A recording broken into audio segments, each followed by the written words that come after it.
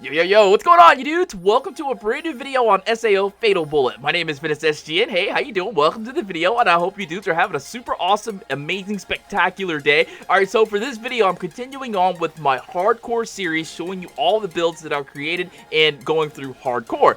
This build, I like to call it my engineer build, and it's actually one of the funnest ones that I did. Maybe not the best, but the funnest. Let's get right into it.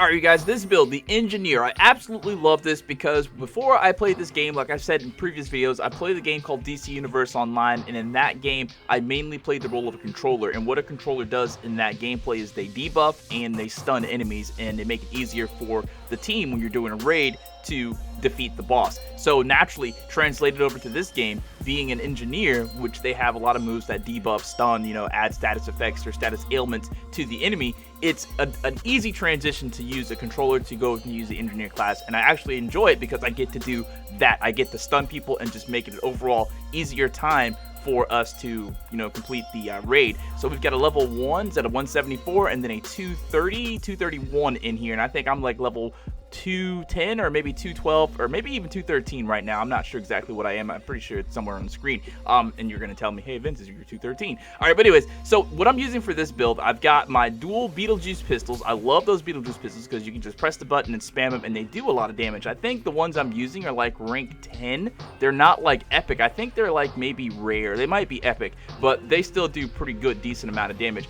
So I use those in between of spamming my attacks. Now I do have a robust MK4 that I'm using as well for my main assault rifle, and basically I'm not even really using that as an assault rifle. I mean, it's okay, I guess. It doesn't put up the numbers that those Beetlejuice pistols put up. You see what I'm saying? Like, the Beetlejuice pistols do way more damage, and as I was doing this run, I was just like, wow, like the MK4 is a higher ranked weapon, and I think it was like a higher, I'm not sure, I think it was a higher rarity level, but I know for a fact it's like a weapon rank 10 or 11, and it wasn't doing as nearly as much as those Beetlejuice pistols were doing when you get those soft spot hits right there. But basically, my whole goal in this run to help the team that I was working with is just to keep the enemy debuffed, make sure that he was always power broken, make sure that he was always defense broken, and to try to get him an electrodynamic stun status effect as much as possible. And with electrodynamic stun, that once you do it to them once, they have a greater, defense or, I guess a defense or vulnerability, not vulnerability, resistance. That's the word I'm looking for. They got a greater resistance to it. So definitely trying to keep them stunned is a little bit of a problem in this game, but you do what you can. Now I'm also bringing, actually, you know what? Let me just tell you the build. Let me just show it to you really quickly. Alright, yeah, here we go. So here is my build. This is my status right now. Of course, I did this run and I got those extra levels. I'm going to put that extra 400 CP and put that as much as I can into intelligence because this build is very dependent on a high intelligence, so you can really affect your people. So you see my strength, my vit's not that high. I guess I really didn't need that much vit because I plan to not get hit because I have, what's that, Concealed 2. Now, I'm not sure exactly how Concealed 2 really works, but the gist of it that I got from the description is that you use the skill and it makes enemies less likely to target you. And also, I put down Bullet Line Eraser 3. Now, I don't have Bullet Line Eraser 4, but again, it's going to make it likely or less likely for enemies to target you, make it harder for them to target you. So I put that on there and make sure that the Bullet Line Eraser is gone, because I know that in this game, when they see the bullet line on them, the enemies, they will target you. So I'm trying to be as least targetable as possible with this build while doing as much debuff and stuff, because I don't have a whole lot of health and stuff. So that's what I'm doing with that.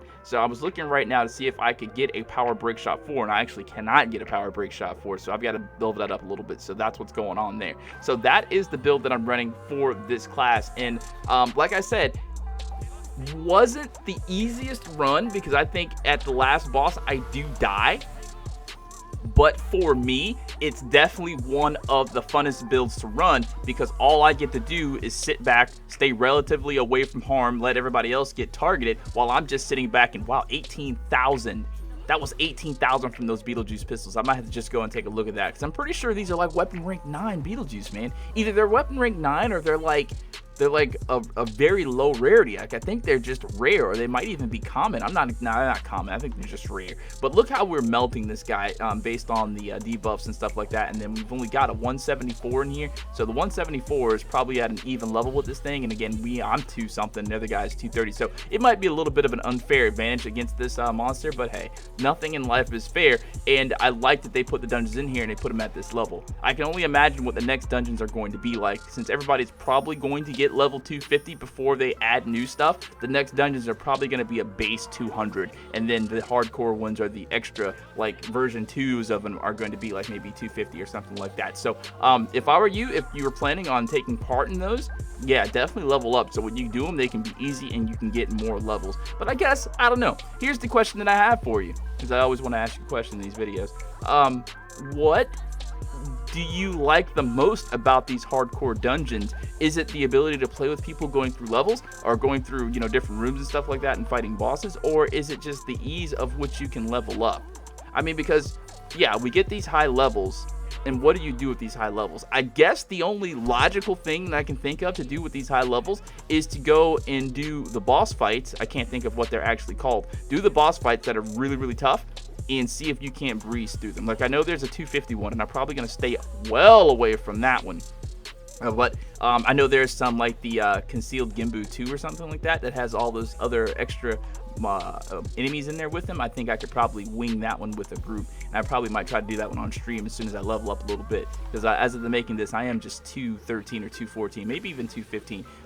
So I definitely want to get to like 220, 230, hopefully 250 before I do it. I might do a live stream soon where I just grind out these things with you guys. If that's something that you're interested in, let me know, and give me a time frame of when you guys would like to do something like that. I know I've asked you guys in the community section before. Most of you say that you're available in the afternoons. Like, when I ask for like a time frame, I'm talking about like morning, noon, afternoon, evening time. When are most of you free? Because I want to be able to do a stream for SAO Fatal Bullet, because the space for Fatal Bullet fans and people that want to, you know, take part in a Fatal Bullet stream is so small. Like, the community is not that big. So if I do it at a time when most people are not just available, it's going to be really, really tough to get people in. All right, so here is the final battle of the Magician's Concerto. Again, you're probably going to ask why I'm spamming the Magician's Concerto, and that's just because it's the most difficult one, man. It's really the most difficult one to me.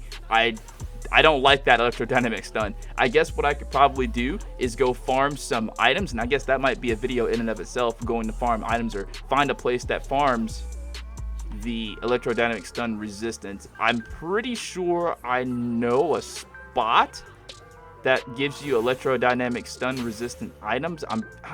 But I have to go check it out, because the spot that I'm going off of, it might be like a low level spot. I'm thinking it's probably like the spinny ball, like the first spinny ball fight. Okay, right there, I died and I couldn't get revived, so I had to make my way back to the thing. That's why I jumped those frames like that. But I think it's a little spinny ball. I can't think of what the spinny ball's name is, but it's like the 4th or 5th boss. But I'm pretty sure there's probably, yeah, I'm working from an old rule book.